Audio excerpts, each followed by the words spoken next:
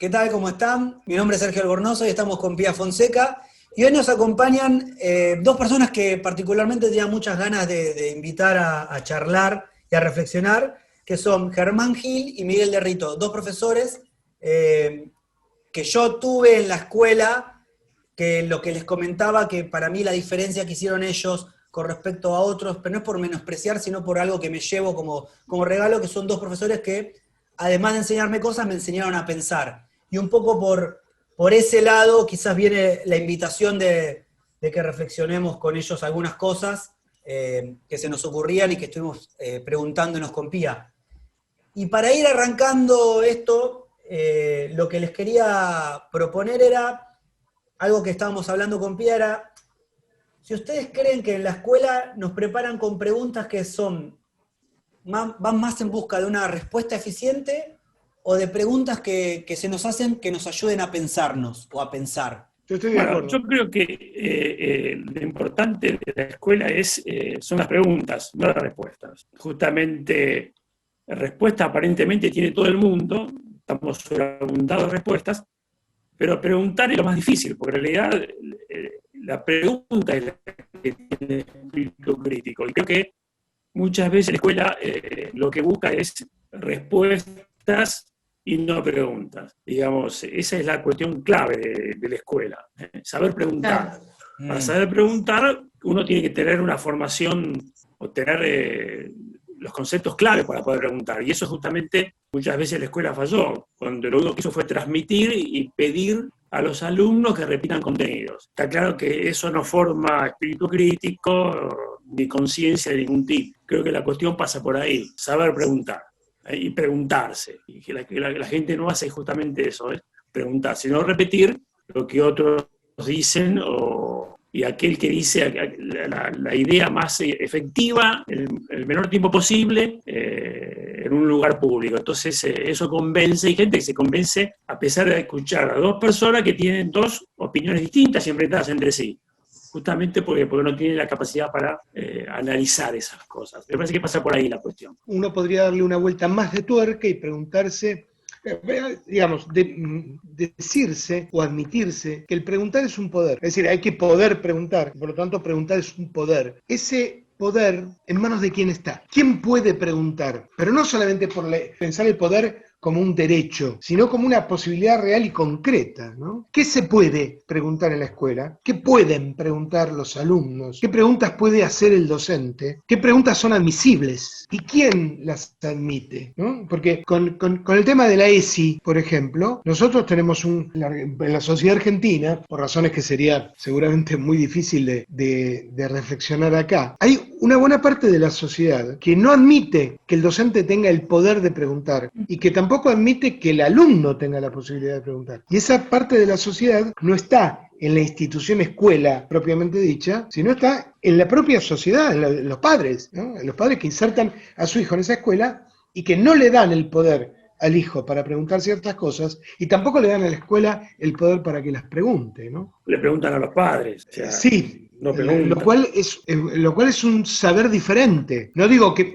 ojo, no digo que no se le pueda preguntar a los padres, por supuesto, y tampoco digo que los padres no tengan el saber, pero sí que es un saber diferente. Es interesante lo que planteás, como esta forma de que termina sucediendo que coartan el aprendizaje o las posibilidades de pensar, que es lo que estamos hablando, de una persona.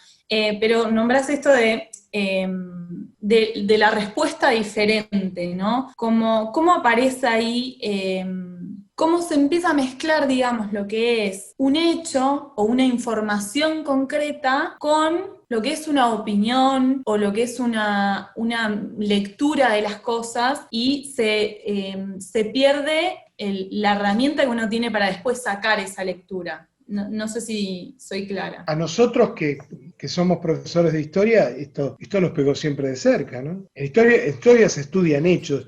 Yo aprendí mucho de Miguel. Miguel fue profesor de historia mucho antes que yo. yo originalmente era de letras, y yo aprendí mucho con él. Y algunas cosas que Miguel me enseñó, sobre todo cuando recién nos conocimos en la década del 80, a mí me quedaron marcadas. Miguel se indignaba, me acuerdo, trabajábamos en un colegio que se llamaba San Ambrosio, allá en Palermo, se indignaban cuando iban los padres y le decían, no, mi hijo es una barbaridad, es un vago, tiene baja matemática e historia. Bueno, matemática hay que razonar, pero historia hay que sentarse y leer.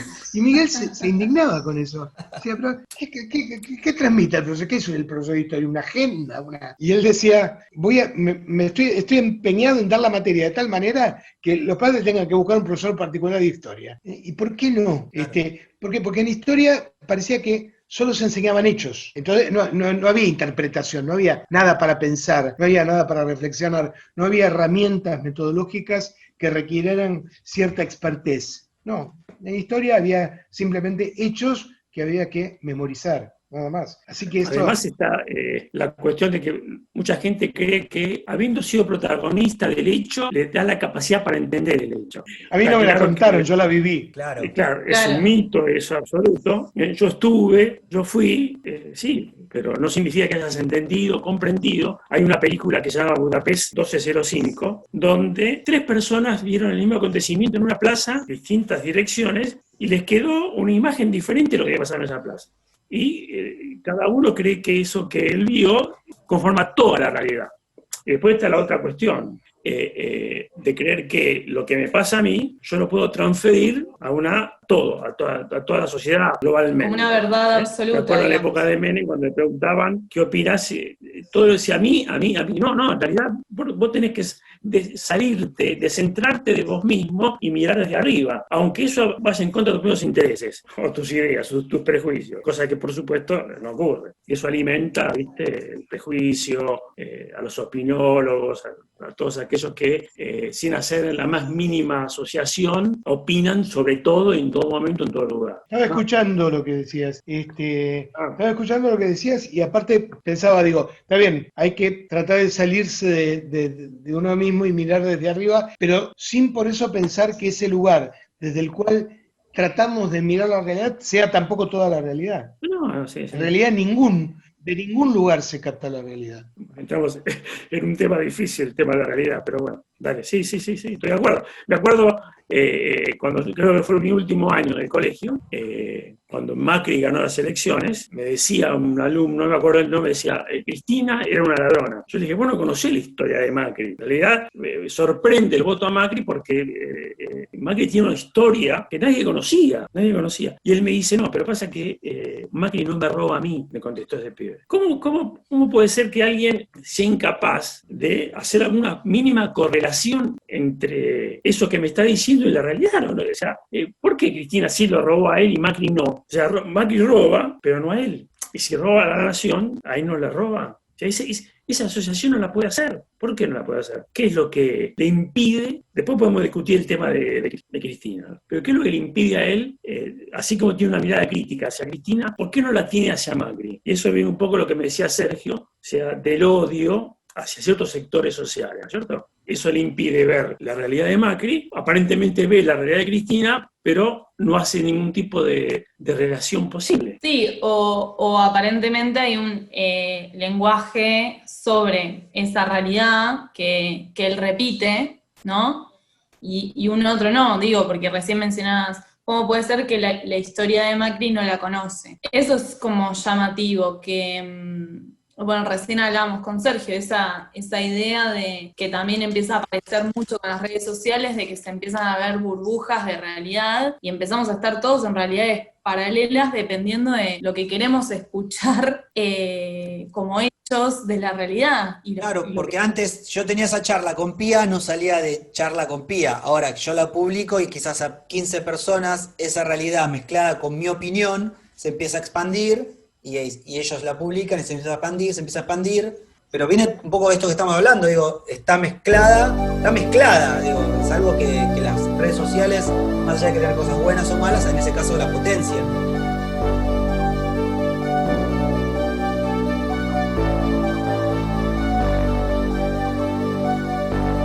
Fill me out with your smile, now the sunshine brings the light. fill me out with a flame.